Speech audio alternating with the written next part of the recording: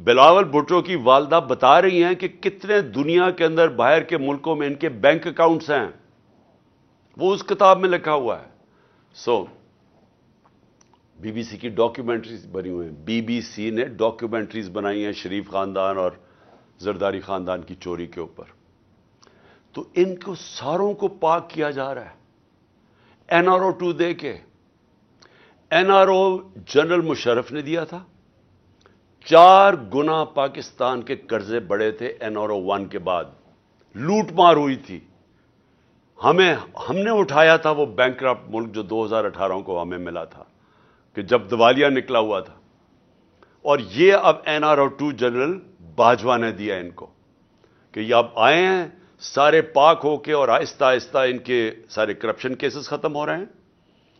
اور ایک ایک یعنی قانون بنائے ہیں انہوں نے نیب امینڈمنٹس میں کہ ایک ایک کی کرپشن معاف ہو رہی ہے. اور افسوس کی بات یہ ہے کہ سلمان شہباز واپس آتا ہے، ہار پہنائے جاتے ہیں اس کو، اور اس کے بعد وہ پوری پریس کانفرنس کرتا ہے کہ کتنا ظلم ہو گیا سلمان شہباز سے.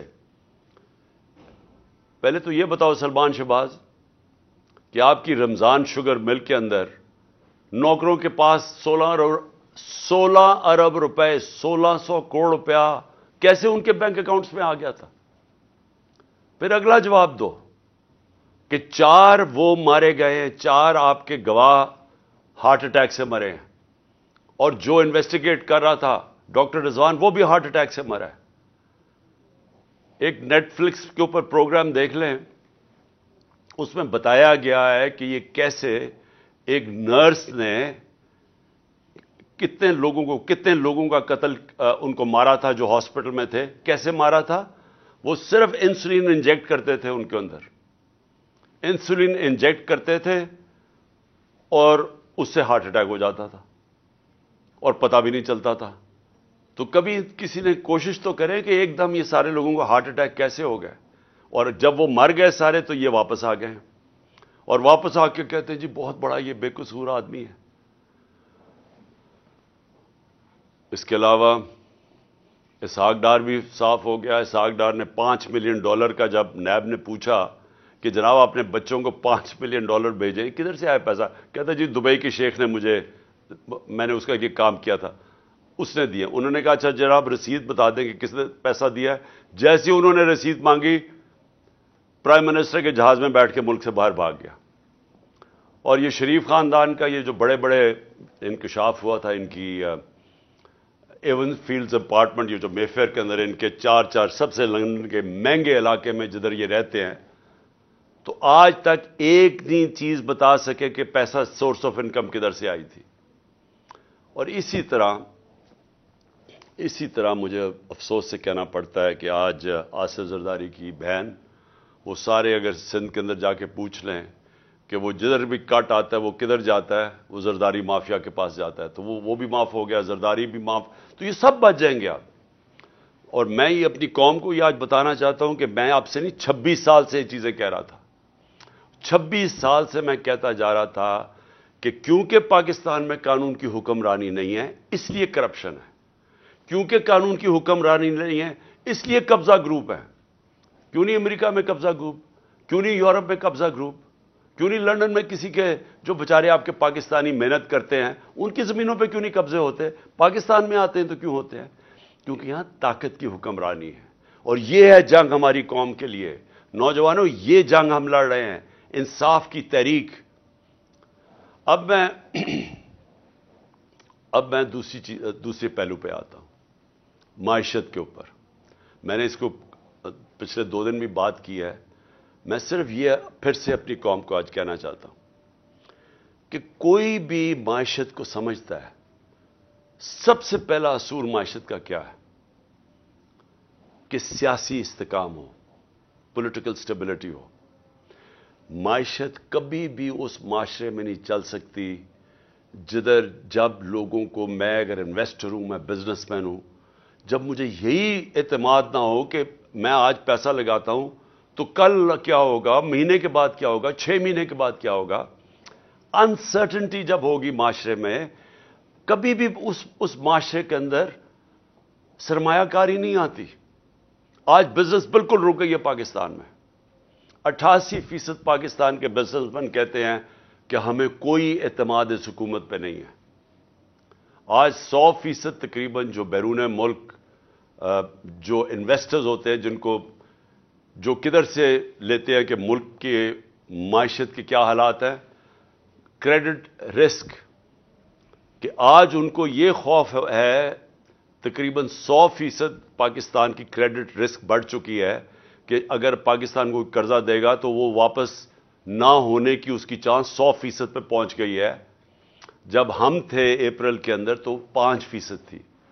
تو یہ جب سے یہ آئے ہیں تو کسی کو نہ باہر نہ اندر اعتماد ہے پاکستان کی اکانومی پر. لہذا اکانومی سکڑتی جا رہی ہے، گروتھ ریٹ نیچے جا رہی ہے. 6% پہ ہم چھوڑ کے گئے تھے، آج 0 پہ پہنچ گئی ہے. اس کا مطلب بے روزگاری بڑھتی جا رہی ہے. اس کا مطلب کہ فیکٹریاں جو بند ہوتی جا رہی ہیں اور جو بے روزگار لوگ نکل رہے ہیں. ایک طرف مہنگائی ہے، دوسری طرف بے روزگاری ہے.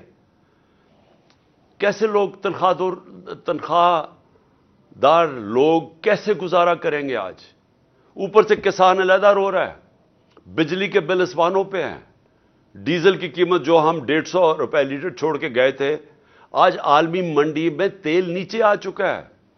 ہمارے دور میں 115 سے لے کے 103 روپے $103 تھا. 115 سے $103 بیرل تھی انٹرنیشنل مارکیٹ میں. آج وہ $80 سے نیچے آ گئی ہے. لیکن ڈیزل کدھر ہے؟ پٹرول کدھر ہے؟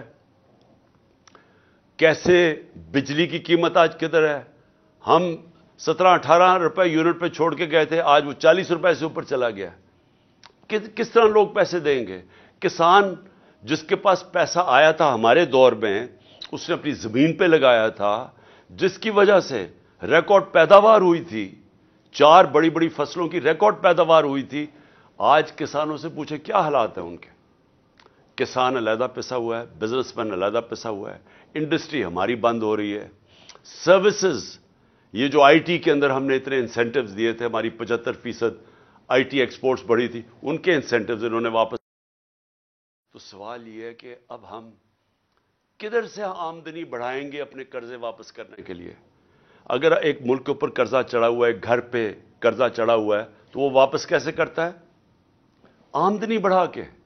تو جب آمدنی سکڑتی جا رہی ہے تو قرضے ہم نے کیسے واپس کرنے ہیں؟ ہم کیسے جو ہماری آگے لائبلٹیز آ رہی ہیں ہم کیسے واپس کریں گے؟ ان کے پاس تو کوئی پلان نہیں ہے. آج ذرا صرف میں بتانا چاہتا ہوں تھوڑی سی قیمتیں جو عام آدمی کو آج افیکٹ کرتی ہیں. پیاز، لوگ کئی پیاز اور روٹی کھاتے ہیں، 400% اس کی قیمت بڑھ چکی ہے پیاز کی. ٹماٹر، یہ بھی عام لوگ جو گوشت نہیں کھا سکتے وہ لوگ روٹی کے ساتھ ٹماٹر کے ساتھ روٹی کھاتے. 300% بڑھ چکی ہے اس کی قیمت. آٹا یعنی روٹی کے بغیر کون گزارا کرتا ہے؟ 100% قیمت بڑھ چکی ہے آٹے کی. دالیں، 50% قیمت بڑھ چکی ہے دالوں کی. گھی عالمی مارکیٹ میں نیچے آ گیا. پام آئل، آج گھی کی 50% قیمت بڑھ چکی ہے. میں یہ اس لیے آپ کو بتا رہا ہوں کہ جو عام لوگ ہیں سوچیں کہ وہ کیسے گزارا کرتے ہوں گے آج. تو جب معیشت نیچے جا رہی ہے، میں پھر سے ریپیٹ کرتا ہوں، اور میں سارے پاکستان کے اداروں سے آج بات کر رہا ہوں. میں اس لیے پاکستان کے سارے اداروں سے بات کر رہا ہوں کہ یہ جو ہونے جا رہا ہے یہ آپ سب کو افیکٹ کرے گا. کوئی ادارہ جزیرہ نہیں ہے کہ ملک نیچے جا رہا ہو تو وہ جزیرہ بچ جائے گا. سارا ملک ہی نیچے جائے گا. یہ مجھے تو ایسے لگتا ہے کہ یہ ایک سازش کے تحت ہمارے ملک سے ہوا ہے، کہ ایک جس طرح کسی نے پلان کر کے ہمارے ملک کو اس طرف لے کے جا رہا ہے کہ ملک اگر خدا نخواستہ ڈیفالٹ کر جائے تو اس کے بعد سب سے پہلے ملک کی نیشنل سیکیورٹی متاثر ہوگی. اور نیشنل سیکیورٹی ہم سب جانتے ہیں کہ نیشنل سیکیورٹی جو پاکستان 7 گنا بڑا ملک ہے ہمارے ساتھ، جس کے ساتھ 3 جنگیں ہو چکی ہیں. تو اگر ہمیں تو صرف اعتماد یہ ہے کہ ہمارے پاس ایک ایسا ہتھیار ہے جس کی وجہ سے کوئی ہمیں حملہ نہیں کرے گا. لیکن اگر ملک ہی بینکرپٹ ہو گیا تو جو لوگوں نے ہمیں پھر وہاں سے بیل آؤٹ کرنا ہے وہ کیا قیمت مانگیں گے؟ ہم سب جانتے ہیں وہ کیا قیمت مانگیں گے. میں یہ ویسے واضح آج کرنا چاہتا ہوں کہ میں یہ ایک تاثر دیا جا رہا ہے کہ جناب ہم چاہتے ہیں کہ ملک کی اسٹیبلشمنٹ ہماری مدد کرے. یہ جب ہمارے خلاف یہ دھرنے دیے جا رہے تھے اور یہ جب کہا جا رہا تھا کہ جی ساری جو پی ڈی ایم کی جماعتیں ہیں یہ سارا وقت کہہ رہے تھے کہ جی ان کو چھوڑ کے تو ہماری مدد کریں. میں بالکل کسی سے کوئی مدد نہیں مانگ رہا. میں قطعی طور پہ یہ نہیں کہہ رہا کہ اسٹیبلشمنٹ ہماری مدد کرے. میں یہ چاہ رہا ہوں کہ اسٹیبلشمنٹ نیوٹرل ہو. میں اس لیے چاہ رہا ہوں اسٹیبلشمنٹ نیوٹرل ہو کہ اسٹیبلشمنٹ کا وقار اوپر جائے. جنرل باجوہ کے دور کے اندر فاصلہ عوام اور اسٹیبلشمنٹ کے بیچ میں فاصلے بڑھ گئے. یہ ہمارے ملک کا نقصان. اس ملک کو ایک مضبوط فوج کے ادارے کی ضرورت ہے. میں ایک آزاد آدمی ہوں, ایک آزاد ملک میں رہنا چاہتا ہوں. میں کسی صورت یہ نہیں چاہتا کہ ہماری فوج کمزور ہو اور ہماری آزادی چلی جائے. اس لیے یہ پاکستان کے انٹرسٹ میں ہے کہ ہمارا فوج کا ادارہ مضبوط ہو. مضبوط وہ تب ہوگا جب وہ نیوٹرل ہو, وہ مداخلت نہ کرے.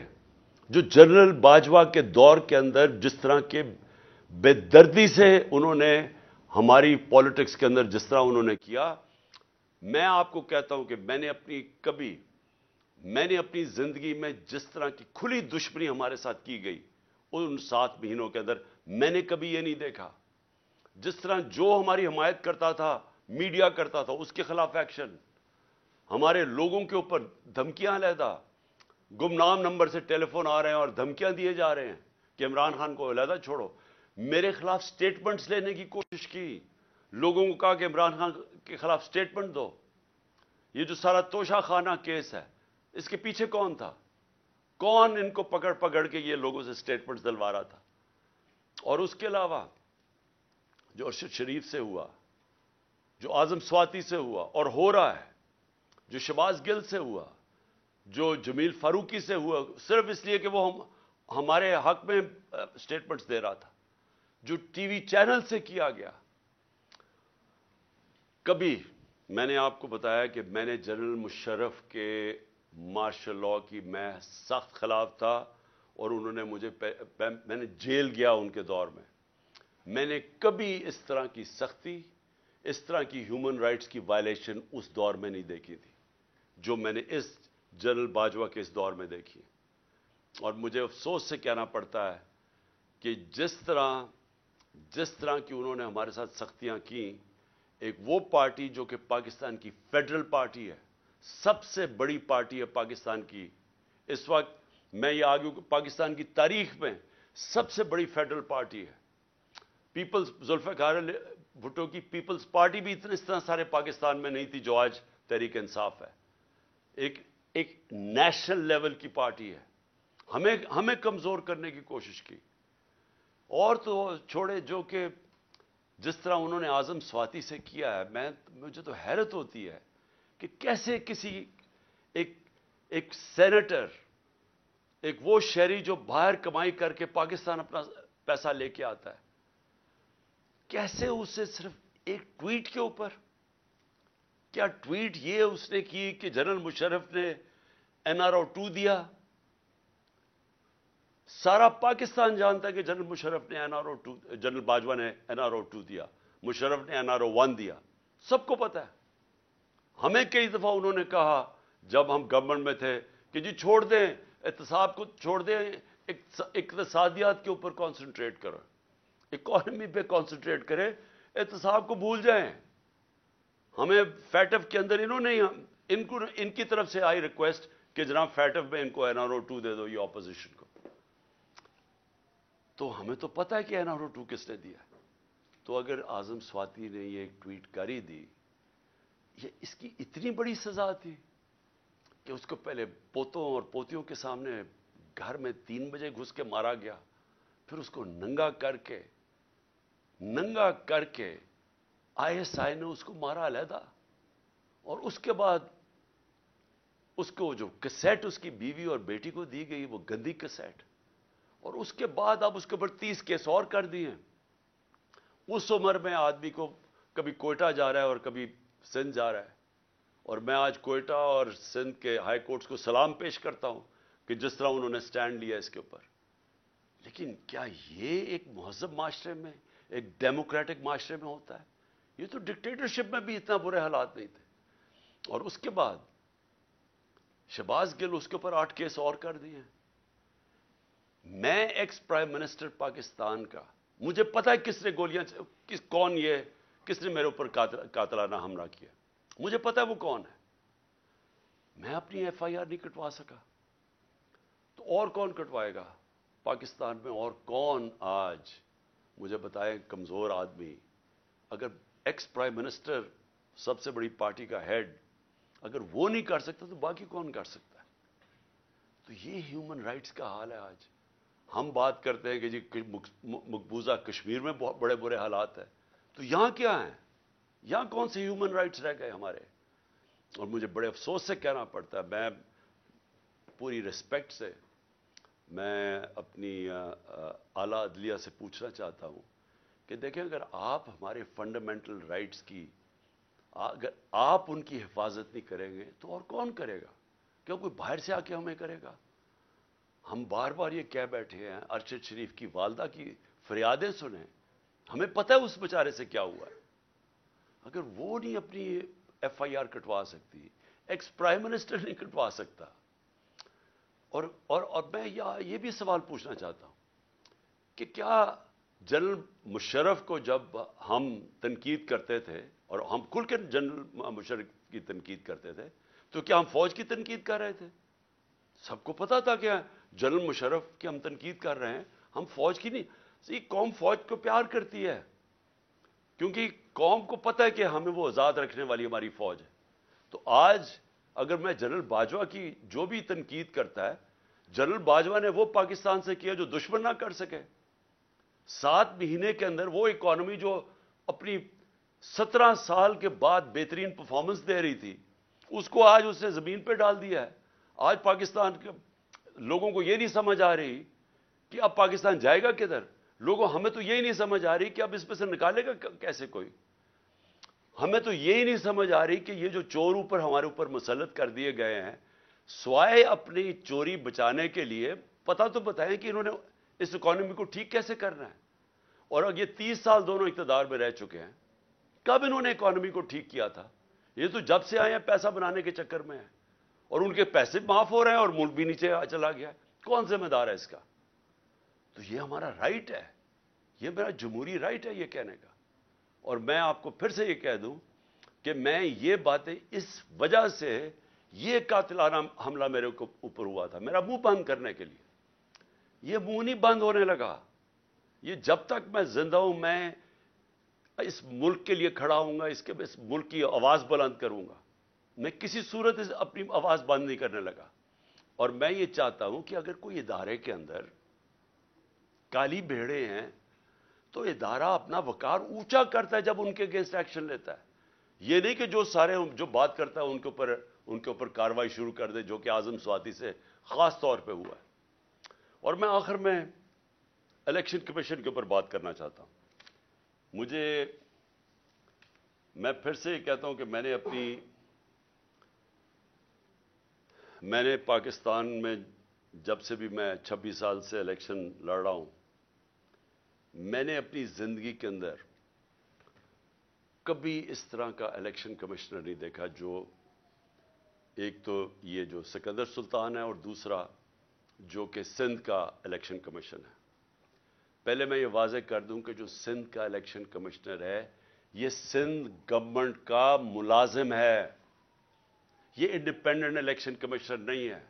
ہم سپریم جوڈیشل کاؤنسل کے پر کیس لے کے گئے ہوئے ہیں اس کا، اور مجھے افسوس ہوتا ہے کہ اتنی دیر سے ہمارا کیس پڑا ہوا ہے سپریم جوڈیشل کاؤنسل میں، کوئی سن ہی نہیں رہا کہ کیسے ہو سکتا ہے کہ سندھ گورنمنٹ کا ملازم غیر جانبدار ہو جو ان سے تنخواہ لے رہا ہے۔ اور جو اس نے کیا ہے چیف الیکشن کمشنر نے، سوائے اس کے کہ اس کا 1 پوائنٹ ایجنڈا ہے کہ عمران خان کو ڈسکوالیفائی کیسے کرنا ہے۔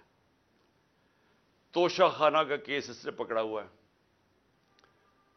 جس وقت بھی یہ کیس عدالت میں جائے گا، اس کے ہاتھ سے نکلے گا، میں آج رائٹنگ میں اس قوم کو دیتا ہوں، ہر چیز اخلاقی طور پہ اور قانونی طور پہ اس میں جائز میں نے کیا ہے۔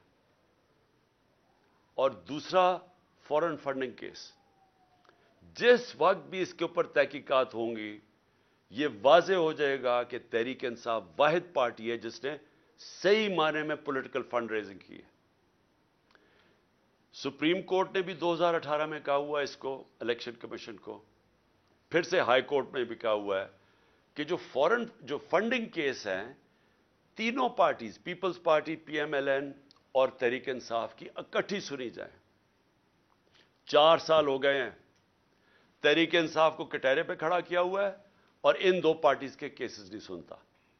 کیسز اس لیے نہیں سنتا کہ جب یہ کیس آپ قوم کے سامنے آئیں گے تو آپ کو پتا چلے گا کہ ان پارٹیز کا کوئی طریقہ ہی نہیں ہے فنڈ ریزنگ کا۔ یہ فنڈز کیسے اکٹھے کرتے ہیں، یہ بڑے بڑے نامور، اور میں وہ بزنس مین بھی جانتا ہوں جو بڑے بڑے جن کو یہ پہلے مل کے ان کے ساتھ ان کے بزنس پارٹنر ہی ہوتے ہیں، ان کو پیسہ بنا کے دیتے ہیں، پھر الیکشن آتا تو ان سے بڑے بڑے اربوں روپیہ لے لیتے ہیں۔ یہ ہے ان کی فنڈ ریزنگ۔ وہ پارٹی جس نے 40,000 لوگوں کا ووٹ ڈیٹا بینک ہے، ڈونر بینک ہے 40,000 لوگوں کا، وہ پارٹی کو اس نے کھڑا کیا ہوا ہے، کبھی کچھ کر رہا ہے، کبھی ایف آئی اے سے چیک کر رہا ہے، کبھی کوئی ہمارے ڈونرز کو تنگ کر رہا ہے، اس کے پیچھے پڑا ہوا یہ، ان سے نہیں پوچھتا کہ جناب آپ بتائیں آپ کی کیوں نہیں، اور میں نے سنا ہے کہ انشاءاللہ ان کا کیس لگنے لگا ہے، اور ہم انتظار کر رہے ہیں کہ ساری قوم کو پتا چلے کہ یہ دونوں پارٹیز پیسہ کیسے اکٹھا کرتی ہیں۔ اور پھر توشہ خانہ، میں پھر چیلنج کرتا ہوں کہ جب بھی توشہ خانہ لگے گا، کوئی چیز عمران خان نے انلیگل نہیں کی، کوئی کسی قسم کا، نہ آج تک پہلے قانون توڑا ہے، نہ آج توڑے گا، نہ کبھی آگے بھی توڑے گا۔ لیکن جنہوں نے قانون توڑا ہے، جنہوں نے توشہ خانہ میں ڈاکہ مارا ہے، اس میں ہے نواز شریف اور آصف زرداری۔ کیوں ڈاکہ مارا ہے؟ کیونکہ گاڑی توشہ خانہ سے نکالنا غیر قانونی ہے۔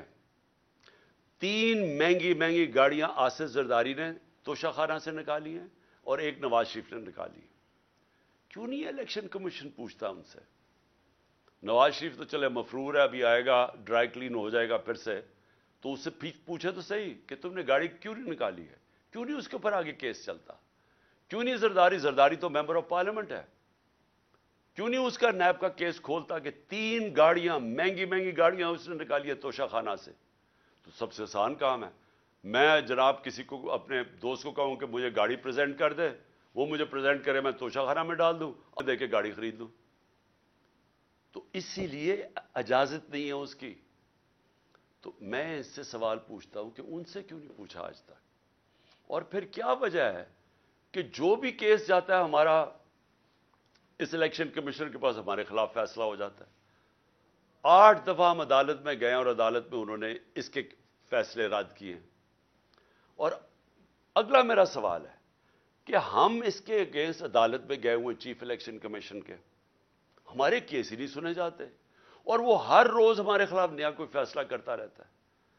دیکھیں، پاکستان کے اندر اگر فری اینڈ فیئر الیکشن نہ کروائے گئے، میں آج آپ ساری قوم کو آگاہ کرنا چاہتا ہوں کہ اگر میں بڑا ہوں اس قوم کا تو میرا کام ہے اپنی قوم کو سمجھانا کہ اگر اس ملک میں فری اینڈ فیئر الیکشن نہ کروائے گئے، یا انتشار ہوگا، آگے ملک کے اندر حالات برے ہیں، آگے یہاں سیاسی استحکام نہیں ہے، آگے اس ملک کے اندر یہ چور جو اوپر بیٹھے ہوئے ہیں یہ پوری کوشش کر رہے ہیں کہ کسی نہ کسی طرح، میچ تو ان سے کھیلا نہیں جاتا، کسی نہ کسی طرح ڈسکوالیفائی کریں، کیسز کریں، ایف آئی آر کریں۔ میرے اوپر 30 ایف آئی آر ہو چکی ہے اور مجھے کوئی فکر نہیں ہے، میں کوئی ملک سے باہر نہیں بھاگا یہ سارے چوروں کی طرح، یہ سارا شریف خاندان بھی باہر بھاگ جاتا ہے جب کیس ہو.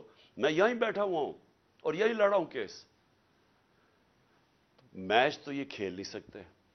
انہوں نے اب یہی الیکشن کمیشن کو استعمال کرنا ہے اور انہوں نے ایف آئی اے کو استعمال کرنا ہے, انہوں نے نیب کو استعمال کرنا ہے کسی نہ کسی طرح ٹیکٹیکل ناک آؤٹ کرنے کے لیے.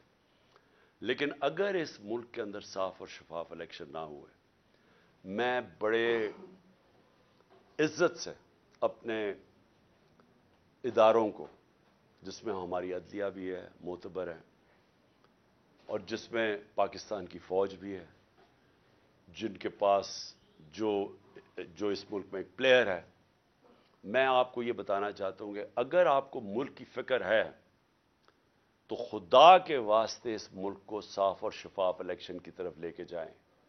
اس کے علاوہ کوئی حل نہیں ہے. جس دل میں ہم گرتے جا رہے ہیں, اس میں سے نکلنے کا کوئی اور حل نہیں ہے. کسی معاشی ایکسپرٹس کو پوچھ لیں, کوئی ماہرین جو کہ پالیٹکس کے ایکسپرٹس ہیں, باہر سے کوئی منگوا لیں اگر آپ کو اندر یہاں نہیں ملتے, سارے آپ کو ایک چیز کہیں گے کہ پہلے پولیٹیکل سٹیبلٹی لے کے آئیں, فری اینڈ فیئر الیکشن کروا کے, اس کے بعد ملک آگے چانس ہے اوپر پھر سے کھڑے ہونے کی, نہیں تو یہ نیچے ہی جا رہا ہے. میں نے آخر میں نے اپنی ساری مشاورت کمپلیٹ کر لی ہے. میں انشاءاللہ 17 تاریخ کو ہم ایک ہماری پارٹی کی گیدرنگ ہو رہی ہے بڑی لبرٹی چوک کے اوپر, اور انشاءاللہ لبرٹی چوک میں میں اپنے خطاب کے اوپر اپنی قوم کو ڈیٹ دوں گا جب ہم 2 اسمبلیز, ہماری جو پختونخوا کی اسمبلی اور ہماری جو پنجاب کی اسمبلی ہے, اس کو ہم ڈیزالو کریں گے, اس میں سے نکل کے ہم الیکشن اناؤنس کروائیں گے.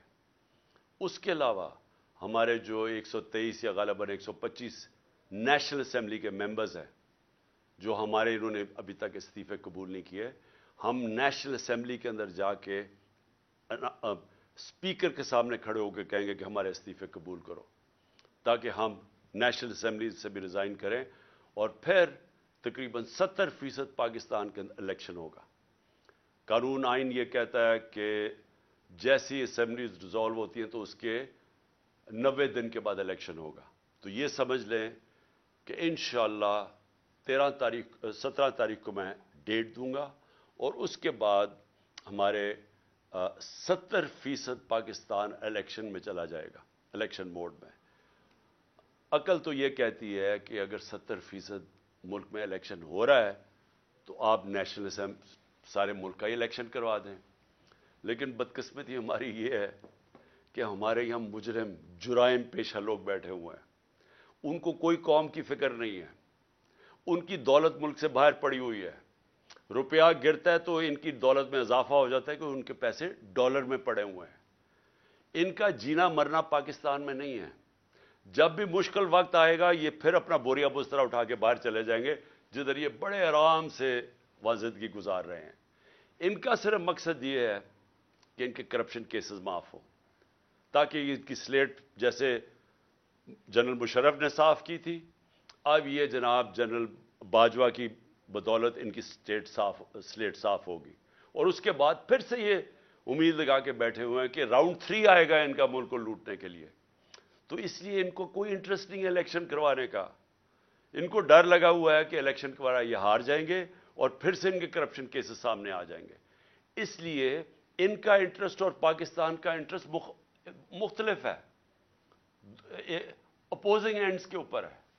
قوم کا انٹرسٹ اس وقت یہ ہے کہ ملک میں فوری طور پہ الیکشنز کروائے جائیں, اور انشاءاللہ 17 تاریخ کو لبرٹی چوک جدھر ہماری گیدرنگ ہوگی, میں انشاءاللہ آپ کو وہ ڈیٹ دوں گا جس دن ہم اپنی 2 اسمبلیوں سے نکل جائیں گے.